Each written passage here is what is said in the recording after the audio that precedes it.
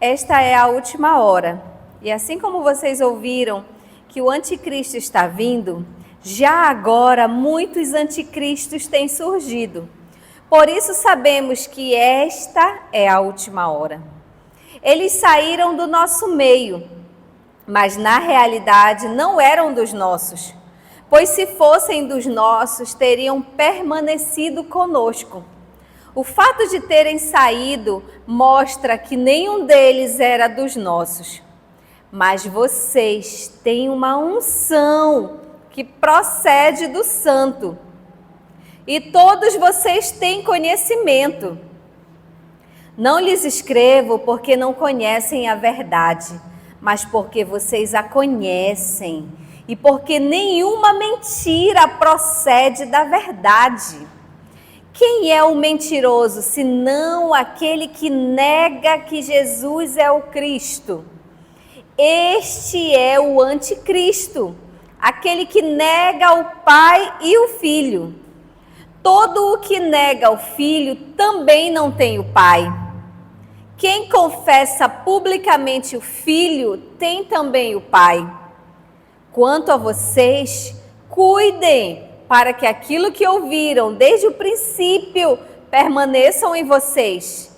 Se o que ouviram desde o princípio permanecer em vocês, vocês também permanecerão no Filho e no Pai. E esta é a promessa que Ele nos fez, a vida eterna. Escrevo-lhes estas coisas a respeito daqueles que os querem enganar. E depois a gente prossegue os demais versículos até o 29. Ao longo desses, acho que a gente já está há um mês mais ou menos nessa primeira carta de João, e temos sido ensinados, e eu me vejo também confrontada com cada ministração, a ponto de sair refletindo, sabe, sobre a minha conduta, sobre o meu ser cristão. E hoje a reflexão é: somos verdadeiramente cristãos ou hereges? É essa a reflexão desse texto aqui. E ao longo dos séculos, as heresias, elas sempre arruinaram as igrejas. No entanto, algumas igrejas resistiram aos ataques e se manifestaram firmes com as suas convicções de maneira inegociável. A fé em uma mentira, ela é sempre desastrosa. É por isso que muitas vezes nós conhecemos pessoas que não querem nem passar próximo de uma igreja. Tem mil e umas razões porque receberam falsos ensinos, princípios nada cristãos que foram repassados, experimentados. E o apóstolo João, nesses 2 capítulos, no capítulo 1, ele já tinha falado que havia um conflito entre luz e trevas. No capítulo 2, da ministração do domingo passado, havia um conflito entre amor e ódio.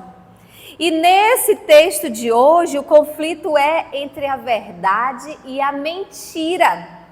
Então, queridos, você vai perceber que para ser cristão não é suficiente andar na luz. Também não é suficiente andar no amor, mas ele deve andar na verdade também. Aleluia. Amém?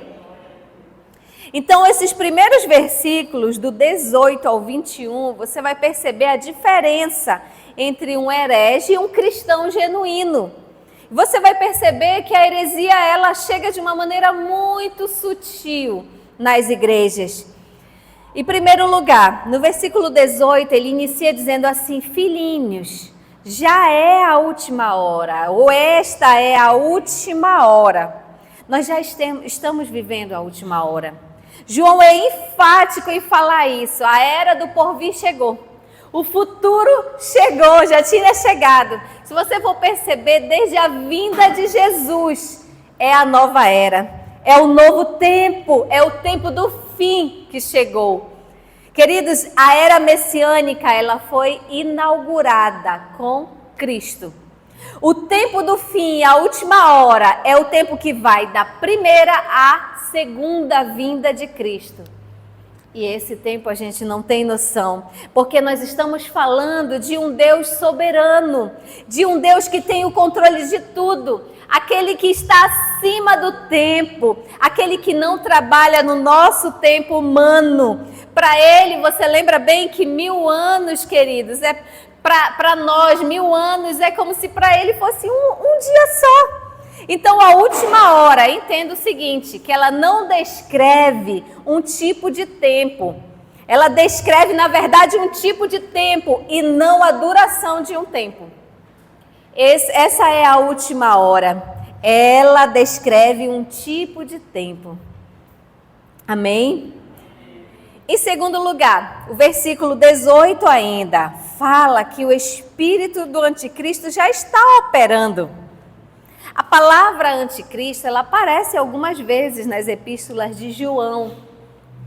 E João, mas o conceito, ele tem em outros lugares. Se você for perceber, desde o Antigo Testamento, lá em Daniel, ele já dizia quem era o anticristo, o pequeno chifre.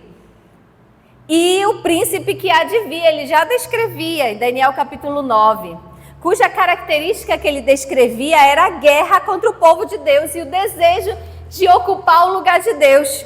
Daniel já entendia, já profetizava, nesse sentido.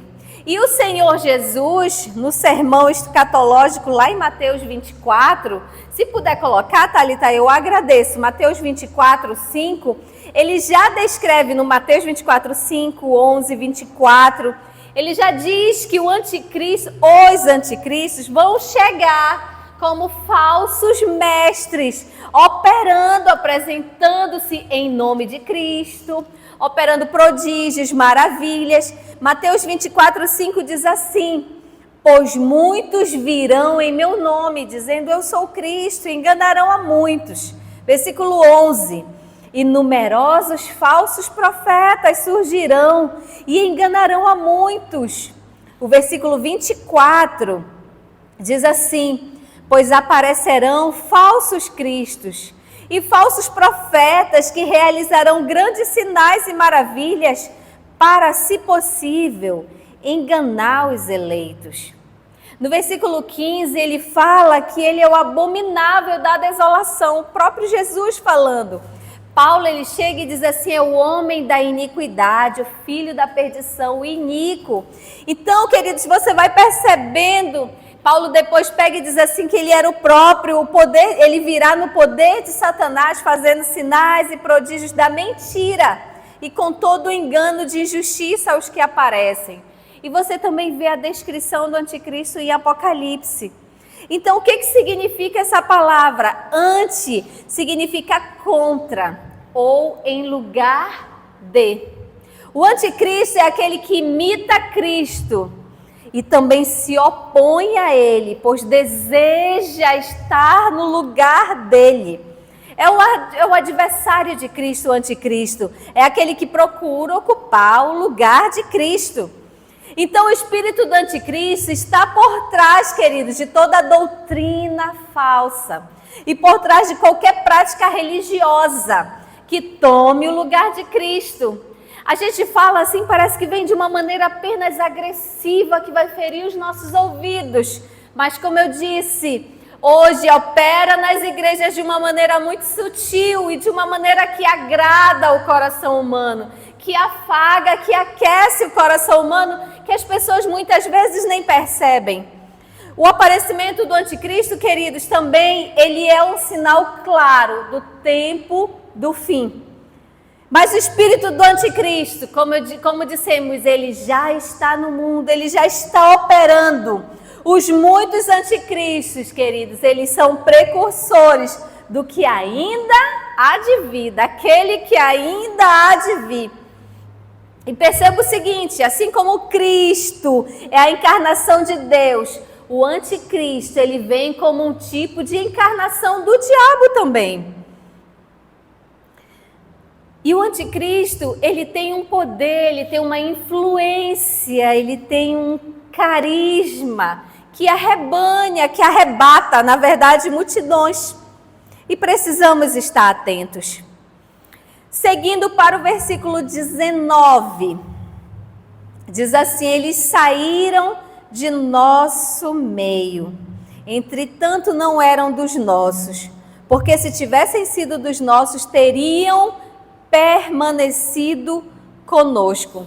Os muitos anticristos que já vieram, queridos, eles são identificados como mestres humanos, que atuam em igrejas e abandonam igrejas. Então, o aspecto perigoso dessas pessoas é quando eles chegam e saem e se mostram e se apresentam como eles verdadeiramente são. É quando eles são capazes de dizer assim: mas nós caminhamos juntos, nós vivemos juntos no mesmo meio, conhecemos muito bem no que você foi criado, no que você foi ensinado, mas agora nós temos algo muito melhor. Só que esse muito melhor vem ao som de um renovo espiritual, de uma chacoalhada que tu está precisando, é muito sutil. E ao investigarmos, sabe, você pode perceber hoje que são muitos documentários, né, que as canais disponibilizam sobre histórias de seitas, de sistemas religiosos, contrários ao cristianismo, contrário à própria palavra de Deus, né? E vemos que na maioria dos casos, esses fundadores de seitas, eles saíram das igrejas. Eles sentaram conosco. Eles estiveram ali se alimentando da palavra de Deus, mas não eram verdadeiros, não estavam alinhados ao coração de Deus. Lloyd Jones, ele alerta para o fato de que hoje a heresia ela tem formas muito sutis. Chegam aqueles em que colocam Jesus, colocam Cristo como um grande mestre, como Buda, como Maomé, como Confúcio. Sugerem também que Jesus ele foi aquele que veio, ensinou grandes princípios, mas não foi o Deus encarnado. Ainda outros negam a morte de Cristo, negam que ele veio para expiar os nossos pecados. A gente precisa estar atento. E o versículo 19, percebam o seguinte, que ele lança duas doutrinas cristãs assim básicas para a nossa vida, que é a perseverança dos santos e a natureza da igreja. Quando ele diz assim, teriam permanecido conosco, porque se tivessem sido dos nossos, teriam permanecido conosco. Queridos, aquele, porém, que perseverar até o fim será salvo. Amém. Marcos 13:13. Não porque a salvação, queridos, ela é o prêmio da constância, mas porque a constância é o carimbo, é a marca dos salvos. Amém? Aleluia! Os que caem... Só um momentinho. Os que caem e deixam a igreja total, finalmente, para sempre, eles, na verdade, nunca dela fizeram parte. Nem todos os membros de uma igreja visível, nem todos fazem parte da igreja invisível, da igreja de Cristo. Nem todos os membros que comungam da igreja, que professam, que foram batizados nas águas, são necessariamente membros do corpo de Cristo. Só que isso, queridos, só o Senhor conhece os que lhe pertencem. Paulo já falava em 2 Timóteo, nem todos os que estão na igreja realmente pertencem à igreja. Paulo disse aos romanos que nem todos os de Israel são de fato israelitas. Vivemos em um tempo que raramente também encontramos pessoas constantes. E eu digo isso, constantes em várias áreas da vida. E dentre elas, na fé. A fé hoje é muito vacilante das pessoas. De repente você vê elas movidas por um emocional, um envolvimento apenas de cunho emocional, porque muito rápido já está no mundo, muito rápido já passou a paixão, não houve consistência na fé. E eu quero te dizer que a perseverança ela é uma marca essencial da santidade. Amém? Prosseguindo, versículo 20 e 21. Os verdadeiros crentes, queridos, eles têm duas marcas. A unção e o conhecimento. Você pode dizer amém? Diz assim: e vós possuís unção que vem do Santo, e todos tendes conhecimento. Não vos escrevi porque não saibais a verdade, antes porque a sabeis, e porque mentira alguma jamais procede da verdade. Eu vou te dizer uma coisa: no Antigo Testamento, os sacerdotes, os profetas, os reis, eles apenas eram ungidos e separados por Deus para um ministério especial. Na era cristã, nesse tempo cristão, a unção com o Espírito Santo é um privilégio para todo cristão, amém? Aleluia! Nós fomos selados pelo Espírito Santo como propriedade exclusiva de Deus, aleluia! Então, queridos, o cristão ungido com o Espírito Santo, ele é capaz de discernir as verdades. E assim como ele é capaz de discernir o que é engano, o que opõe-se, o que é heresia, o que opõe-se às verdades das Escrituras. E ele é capaz também de suportar os ataques de Satanás. Amém? Apesar dos esforços dos falsos mestres, dos hereges, dos anticristos, João assegura aos seus leitores que os verdadeiros crentes, verdadeiros cristãos, eles não seriam iludidos por mentiras, pois possuem a unção do Espírito Santo. E aí começa todo um debate: que unção é essa? Qual é a natureza dessa unção? Eu quero te dizer uma coisa, que é algo que se alinha muito ao pensamento desta igreja reformada, que a unção que João se refere é o Espírito Santo. Aleluia. Até por um contexto bíblico, por um raciocínio lógico e bíblico. A unção é o selo que é a presença do Espírito Santo nos crentes operando em nós, que produz, querido, que promove a defesa contra os erros, contra os enganos e as mentiras que são propagadas pelos anticristos, pois o Espírito, ele ilumina, ele guia, ele sela os cristãos na verdade. Aleluia! E essa interpretação, eu quero te dizer que ela não exclui o entendimento de que a unção também está relacionada à palavra de Deus. Pois mediante a palavra que o Espírito traz conhecimento ao cristão. Aleluia! Não é nada místico, não vem assim e entra na nossa cabeça. É através do conhecimento lendo, amém? Versículo 21. O apóstolo João, ele estava convencido de que os seus leitores, eles estavam firmes na verdade. A verdade a que João se refere aí no versículo 21 é o Evangelho de Cristo. E o Evangelho de Cristo, queridos, era aquele o quê? Que foi anunciado, que foi propagado pelos apóstolos, os registros das Escrituras. Então, queridos, a mentira, os erros religiosos que surgiram no mundo, eles não procedem do puro evangelho. Claro que não. As distorções não têm a ver, não procedem, não vêm do evangelho de Cristo. Por isso que diz assim: mentira alguma jamais procede da verdade. Porque a mentira procede de quem? Do diabo, o pai da mentira.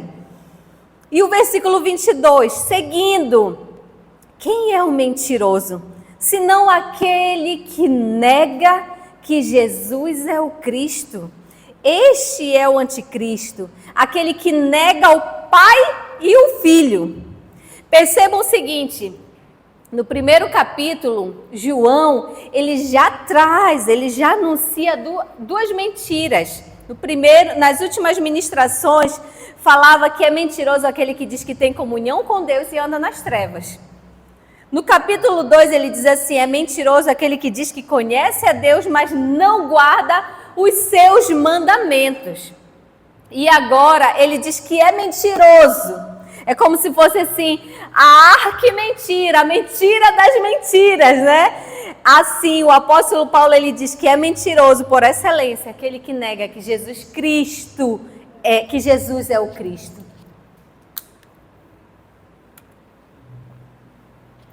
Queridos, Por isso que a teologia dos hereges, o ensino dos hereges, ele não é apenas defeituoso. Não tem heresia boa. A heresia, ela é diabólica, queridos. A gente precisa estar muito atento e a gente precisa reagir todas as vezes que ela é ensinada. Os hereges, você vai perceber que eles atraem seguidores pelo mundo inteiro. Eles criam um Cristo místico até, um Cristo falso, até hoje. Não era só na época de João, que tanta gente já estudou sobre os gnósticos, que separavam o homem Jesus do Cristo divino. E depois foram separando tudo a ponto de dizer que Jesus que Jesus morreu e o Cristo tinha subido. Por isso ele disse assim: Deus meu, por que me desamparaste? No entanto, queridos, para os que têm sabedoria, discernimento, conhecimento, eles sempre perceberão a obra maligna, por trás disso tudo. Amém? Amém. Versículo 23 é o efeito de uma heresia e a consequente negação do próprio Pai. Todo aquele que nega o Filho, esse não tem o Pai. Aquele que confessa o Filho tem igualmente o Pai. O nosso relacionamento com Cristo, queridos, necessariamente ele tem que passar, o nosso relacionamento com o Pai, necessariamente tem que passar pelo Filho. Amém? Somente o Filho pode revelar o Pai aos homens. Mateus 11, 27, João 18, João capítulo 12, João capítulo 14, já descreve isso. Jesus disse assim: quem me vê a mim, vê o Pai. Então é impossível separar Deus de Jesus. Negar Jesus é perder todo o conhecimento de Deus, porque simplesmente só Ele pode nos trazer o conhecimento. Negar Jesus é estar separado de Deus.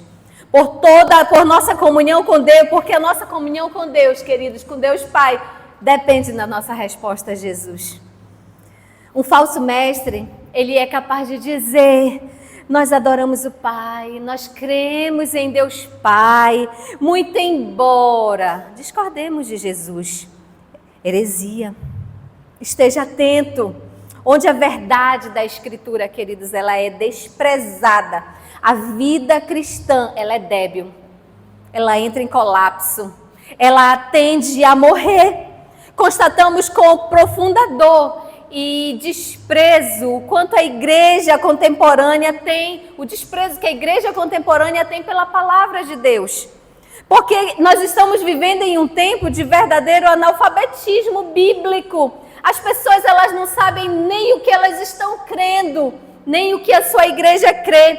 Eu quero te dar um exemplo de um fato vivenciado no século XVIII, em George Whitefield, em que o evangelista inglês, em que ele destaca o seguinte, uma conversa que ele teve com um homem acerca da sua fé. Sinta essa conversa madura. Ironicamente falando, né? E aí ele chega e diz assim: em quem o Senhor acredita? Em que o Senhor acredita? E o homem: eu creio naquilo que a minha igreja crê. Em que a sua igreja crê? Na mesma coisa em que eu creio. Em que você e a sua igreja creem? Nós cremos a mesma coisa. E queridos, é interessante que isso daqui era o século XVIII. Você imagina que talvez ele tenha encontrado esse homem perdido dentro de uma igreja, dentro de uma seita. Hoje simplesmente tem multidões perdidas dentro da igreja que não sabem nem no que creem. Então é muito mais fácil manipular, é muito mais fácil conduzir uma pessoa em uma mentira. Infelizmente. Prosseguindo, 1 João 2, 24 ao 29. Por favor, Thalita.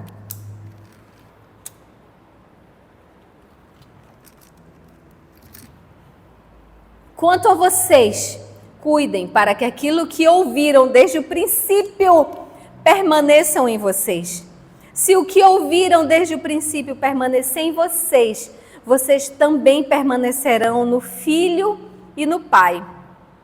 E esta é a promessa que ele nos fez, a vida eterna.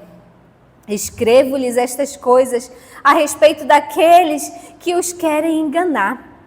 Quanto a vocês, a unção que receberam dele permanece em vocês e não precisam que alguém os ensine. Mas como a unção dele recebida, que é verdadeira e não falsa, os ensina acerca de todas as coisas, permaneçam nele, como ele os ensinou. Filhinhos, agora permaneçam nele, para que quando ele se manifestar, tenham confiança e não sejamos envergonhados diante dele na sua vinda.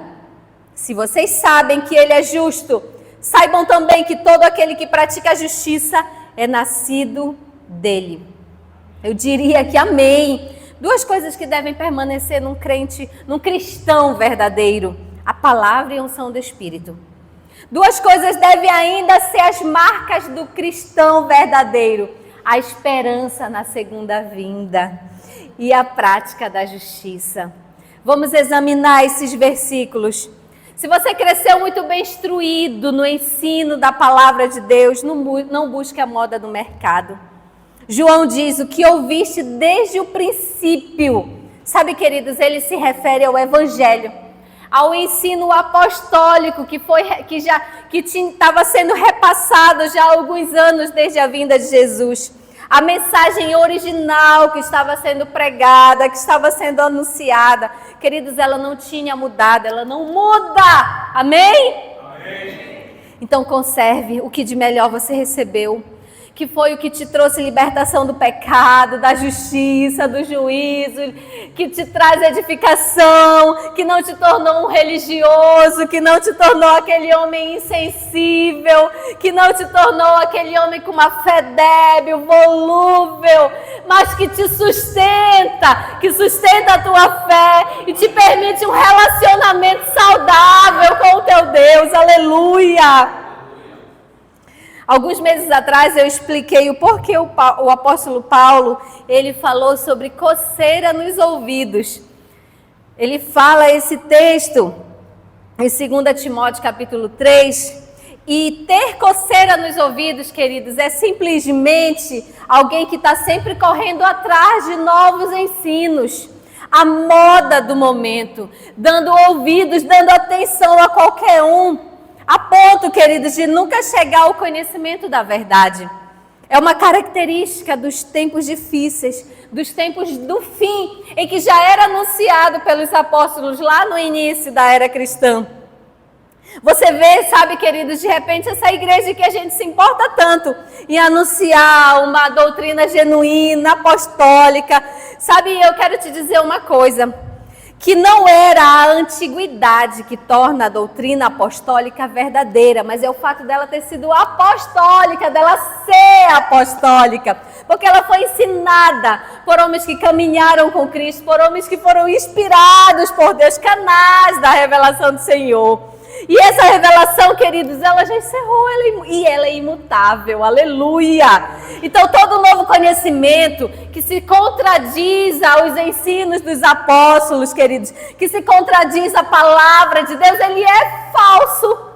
E é muito fácil da gente ter essas conclusões, porque você estuda a Bíblia, você ouve o que é errado e você na hora percebe. O problema é que as pessoas não estudam, e isso é o grande desafio de uma igreja séria, é de ter pessoas que sabem, conhecem um Deus genuíno, que tem uma fé genuína no Senhor, amém? E sabe, a gente percebe pessoas hoje que têm uma obsessão por novidades doutrinárias. Isso é um perigo muito grande, é um sinal do espírito do anticristo operando no mundo. John Stott, ele alerta assim: o cristão nunca pode levantar a âncora e zarpar para o alto mar do pensamento especulativo. Tampouco pode abandonar o ensino primitivo dos apóstolos, trocando pelas subsequentes tradições dos homens. Então, queridos, o propósito de um herege, o propósito do anticristo, ele é de enganar. A palavra de Deus já nos mostra isso. E o resultado, queridos, da nossa lealdade, da nossa comunhão, do nosso alinhamento com o Pai e o Filho, é a vida eterna. Aleluia! Essa carta, ela nos confronta muito. Por isso que eu digo isso, eu me incluo. E ela nos ensina demais, mostrando que o que está em jogo não é uma mera discussão de entendimento, não, queridos, é a vida eterna. Porque o que está aqui, a gente não está discutindo entendimento, está muito claro aqui.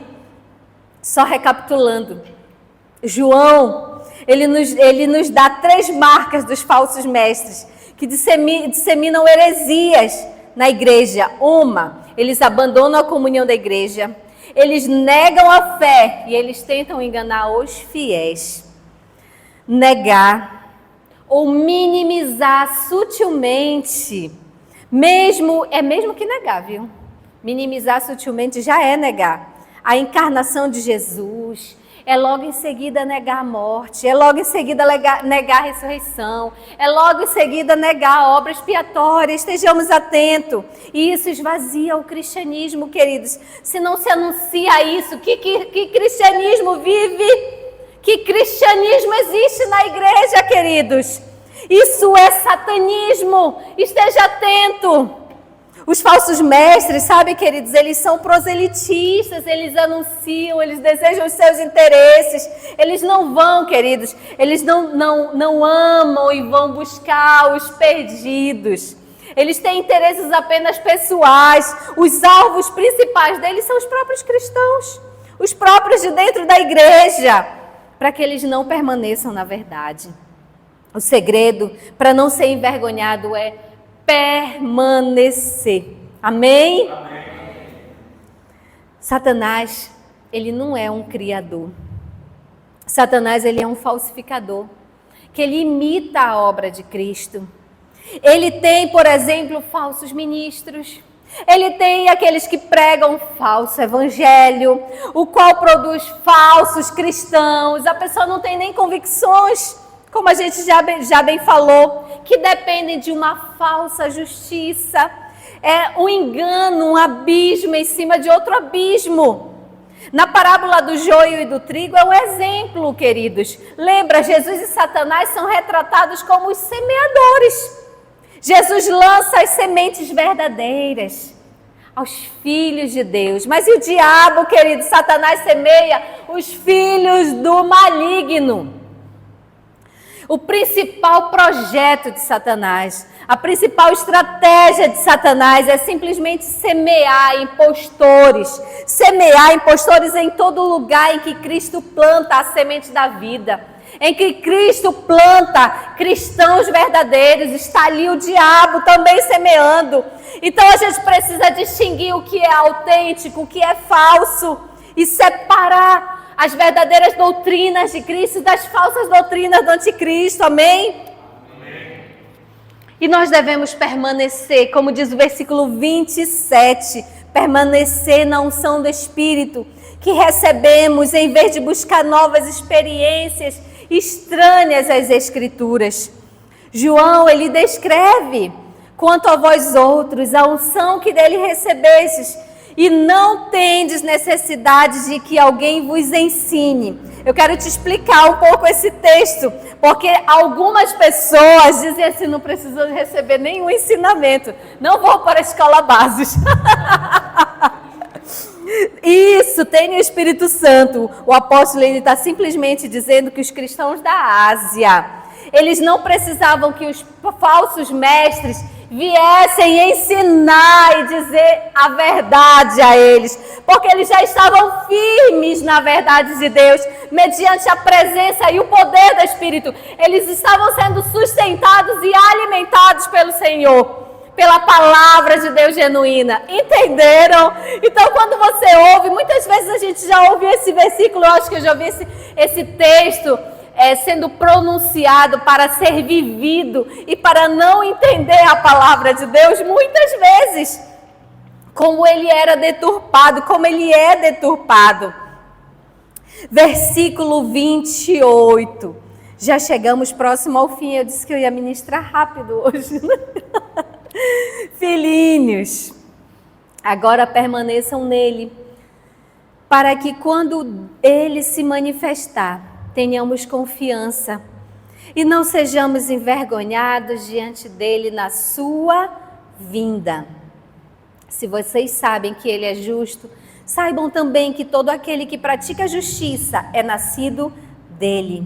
Devemos permanecer em Cristo para termos confiança em sua segunda vinda. Esse texto, queridos, ele é muito claro, que o verdadeiro crente é aquele que, em vez de ser enganado pelos anticristos, ele prepara-se para a segunda vinda de Cristo. Amém? Amém. Os homens, eles reagirão à segunda vinda de duas maneiras. De duas maneiras, uns terão confiança e outros serão envergonhados. E esses envergonhados que João descreve, eles estavam na igreja. E o versículo 29, queridos, ele já é um anúncio da nossa próxima ministração. E eu queria que você ficasse de pé. A única maneira de aguardar a segunda vinda de Cristo é vivendo como ele viveu, amém? Em justiça. Aquele que professa ser cristão e não vive em obediência, em amor, em verdade, ele está enganado ou ele é um enganador. Porque ele não pertence às fileiras de Cristo. A vida real, queridos, é uma vida que consiste em prática e não somente de palavras. Sabe, a gente vê muitos casais, né? Os casais de namorados, os casais casados discutirem assim: você só fala, mas você não pratica. Eu quero te dizer que é necessário. Um homem de Deus, ele fala e pratica em tudo na sua vida, inclusive nos seus relacionamentos, inclusive nos seus relacionamentos emocionais e com qualquer outra pessoa. Amém? Amém. Não basta saber, mas também devemos fazer. Efésios 5:1 diz assim: portanto, sejam imitadores de Deus como filhos amados. 1 Pedro 1:14-15 diz assim: como filhos obedientes, não se deixe amoldar pelos maus desejos de outrora quando viviam na ignorância. Mas assim como é santo aquele que os chamou, sejam santos vocês também em tudo que fizerem. 2 Coríntios 13:5 diz assim: examinem-se para ver se vocês estão na fé. Provem-se a si mesmo. Amém? Amém. Aleluia. Sei que parece uma palavra dura, mas é um ensinamento, é um cuidado de Deus sobre a nossa vida. Eu queria te convidar a orar, a louvar o Senhor neste momento.